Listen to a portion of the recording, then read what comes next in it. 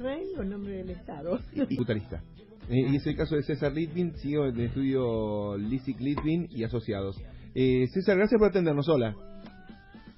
Gusto saludarte. Para nosotros también, César, un gusto. A ver, vamos a pasar en limpio en este presupuesto y en el esquema en general. ¿Cómo queda, por ejemplo, el impuesto a las ganancias, el monotributo? ¿Podrías ayudarnos a pasar en limpio, César? Sí, la realidad es que ganancias solo cambia para las empresas que este año no van a poder incidir la inflación en los resultados impositivos. Para traducirlo al castellano, ¿qué significa? La inflación tiene efectos en los resultados. Si lo tomamos a la inflación, va a dar un resultado. Si no computamos la inflación, va a dar otro resultado. Sí. La reforma tributaria, la gran reforma tributaria que se hizo a fin del año pasado, establecía que se podía computar ajuste por inflación si la inflación iba a superar el 33% anual. Exacto. La realidad es que cambian ese índice y para poder hacer ajuste por inflación, el 2018 debería pasar el 55%, con lo cual, traducido, no quieren que se haga ajuste por inflación porque van a perder recaudación. Y eso significa, también traducido, de que todas las empresas, básicamente pymes, que tienen muchos activos expuestos a la inflación, Claro. van a pagar sobre ganancias nominales, sobre ganancias irreales, sin considerar la auténtica capacidad económica que tiene el impuesto a las ganancias, o que debería tenerlo. Bien, ahora vamos... Ese es sí. uno. Ese es uno.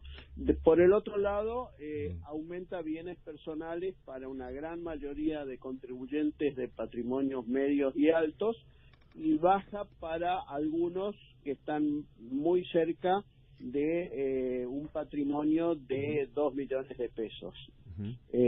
Eso significa que para el año 2019, no 2018, 2019, había un mínimo no imponible de 1.050.000 pesos que sube a 2 millones de pesos.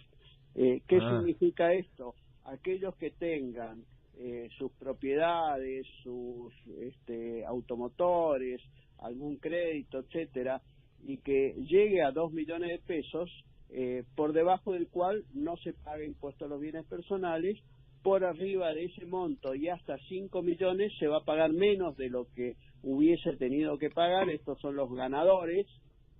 Y arriba de 5 millones de bienes se empieza a pagar mucho más de lo que iba a pagar, porque para el 2019 estaba previsto una alícuota del 0,25%, Sí. independientemente el monto de la sumatoria de bienes que tenga cada contribuyente, y va a ser progresiva, del 0,25 al 0,50 y del 0,50 al 0,75%. Eso significa que aquellos que tengan bienes por más de $400.000 van a contribuir en más de un 200% de lo que pensaban contribuir para el 2019 en este impuesto a los bienes personales. Otra duda que teníamos es en qué quedó el tema del impuesto a las exportaciones agroindustriales, porque lo que explicaban es que no era un impuesto, porque ahí tendría que haber tenido arte y parte del Congreso de la Nación, sino que, bueno, era una alícuota agregada a las exportaciones, no un impuesto. Sí, bueno, es un impuesto, sin duda. La retención de exportaciones es un impuesto muy distorsivo, porque afecta a nuestra competitividad, porque los vecinos países no lo tienen y los que exportan los mismos productos no lo tienen, pero no deja de ser un impuesto. Lo que pasa es que el exportador, cuando recibe la liquidación de divisa, lo recibe neto del impuesto. Litvin, Daniel Santa Cruz lo saluda. ¿Cómo le va? Buenas tardes. ¿Qué tal, Daniel? ¿Qué tal? ¿Cómo anda usted? Muy bien. Yo le quería preguntar a usted respecto a una posible y necesaria reforma tributaria que necesita el país, la economía argentina. ¿Es momento para discutirla ahora que estamos en una etapa de recesión, de ajuste, que bueno, hay un condicionamiento internacional por un acuerdo con el fondo para achicar el déficit a un nivel cero o a un equilibrio total, y a lo mejor no es momento ahora, y el momento cuándo podría ser? Esa es mi pregunta en general, porque mucho se habla de reforma tributaria, pero no sé si ahora se podría llevar adelante. No, quiero muy sintéticamente dar un par de reflexiones para responder esta pregunta. La primera, nosotros llegamos al 2015 con un récord de presión fiscal en la historia económica argentina, Sí. contaminado por impuestos muy distorsivos como retención de exportaciones, impuesto al cheque, débitos y créditos e ingresos brutos. ¿Qué hizo este gobierno? Empezó para el 2016-2017 bajar la presión fiscal, de hecho se llegó a bajar casi 2 puntos del PBI, que es un número importante, y se hizo una gran reforma tributaria a fin del 2017, o sea, hace pocos meses atrás. Sí, sí. Una gran reforma que tenía 2 partes. Impuestos Usted está hablando de nacionales. cuando se firmó el pacto fiscal con los gobernadores. Estoy hablando de impuestos nacionales, la gran reforma tributaria, Sí. más el pacto fiscal. Entre ambos paquetes, impuestos nacionales, provinciales y municipales, se proyectaba gradualmente, a través de 5 años, bajar la presión fiscal 4 puntos del PBI, un numerazo grande, ¿sí? Quiere decir que estaba bien encaminado este gobierno respecto de ser competitivo, generar más actividad económica, atraer inversiones, crear empleo, etcétera.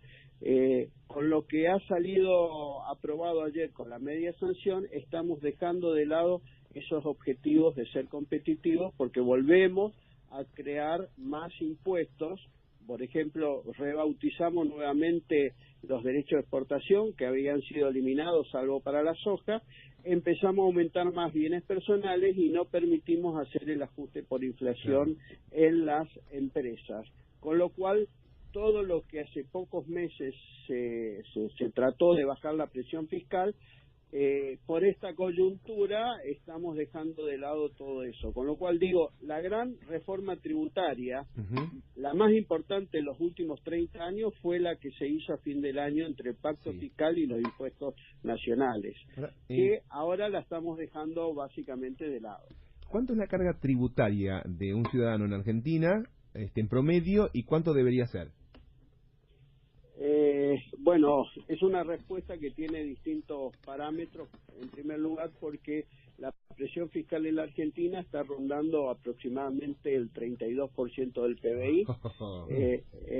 Estamos 6 puntos por arriba del promedio de América Latina y 2 puntos por abajo del promedio OCDE, pero el promedio OCDE con otra prestación de servicios. Claro. Es decir, acá tenemos una presión fiscal alta entre impuestos nacionales, provinciales y municipales, que son muchos, pero... También tenemos un sistema de distribución económica de parte del Estado bastante injusto, porque hay 8 o 9 millones de trabajadores que aportan con sus impuestos y sostienen un sistema de contención social que llega a casi 16 millones de personas, que en distintas áreas están cobrando algún tipo de subsidio. Bueno, hay incluso también las jubilaciones que no son subsidios totalmente merecedoras, pero están... son pocos los que contribuyen para hacer una... Exactamente. Entonces, ¿cómo se sale de ese entuerto? Porque si yo bajo los impuestos para reactivar la economía, no puedo recaudar para sostener a esa masa de personas que viven de un subsidio estatal. A ver, Daniel, yo creo que el camino iniciado con la gran reforma del 2017 era bueno. Sí. No era la solución total. La crítica que yo hacía era básicamente el gradualismo. Si yo quiero ser competitivo, tengo que ser competitivo de una sola vez y no despacito y de a poquitito y en agonía. Y además yo estaba también en desacuerdo con la gradualidad de la renta financiera, que fue un desastre lo que pasó con todo ese tema. Bueno.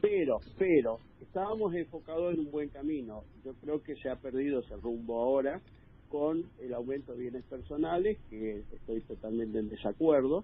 Es de alguna manera una emboscada a los que hicieron el sinceramiento fiscal confiando en una seguridad jurídica, y el no permitir el ajuste por inflación. Yo sé que perdería recaudación el Estado, pero deja de tener sentido un impuesto a las ganancias cuando grabo cualquier cosa y no la ganancia real. Grabo cualquier capacidad económica, comparo peras con manzanas y con sillas y con vasos, cuando en realidad la inflación es tan alta que si no la mido bien al impuesto estoy grabando cualquier cosa. Bueno, tributarista César Litvin, CEO en el estudio Litvin y Asociados. Gracias, César.